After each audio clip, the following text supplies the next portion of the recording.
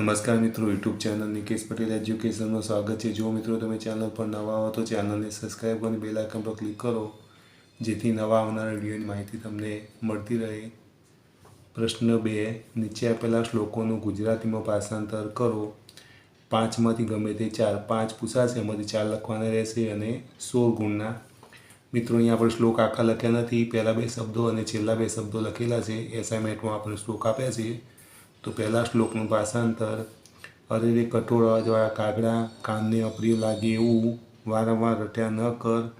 થાકેલી, કરમાઈ ગયેલી અને પાછી લાડ કરાયેલી મારી દીકરી ખરેખર સૂતી છે।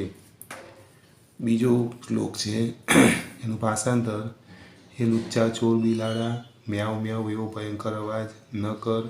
જતો રહે, સુંવાળી ભોળીને દૂધ પીધેલી મારી દીકરી ખરેખર સૂતી છે। ત્રીજા નંબરનો શ્લોક છે, એનું ભાષાંતર છે: આ એક આંખવાળો છે પણ કાગડો નથી, દરમાં જવાની ઈચ્છા રાખતો હોવા છતાં સાપ નથી, ઘટે છે અને વધે છે પણ સમુદ્ર નથી કે ચંદ્ર નથી।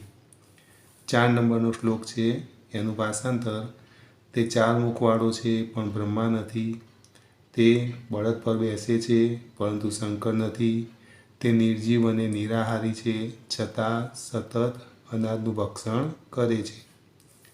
5 નંબરનો શ્લોક છે, એનું ભાષાંતર: ભોજનને અંતે શું પીવું જોઈએ? છાશ। જયંત કોનો પુત્ર છે? ઇન્દ્રનો। વિષ્ણુનું પદ કેવું કહેવાયું છે? દુર્લભ।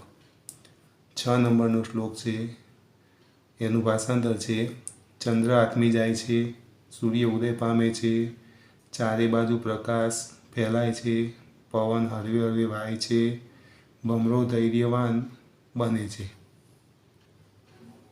7 નંબરનો શ્લોક, એનું ભાષાંતર છે: દરેક માર્ગ પર લોકોની અવરજવર છે, ઝાંઝરના અવાજનો રણકાર સંભળાય છે, વૃક્ષની ડાળી પર પંખીઓના પરિવારનો કલરવ સંભળાય છે, ગાયો ચારો ચરવા જતી રહી છે।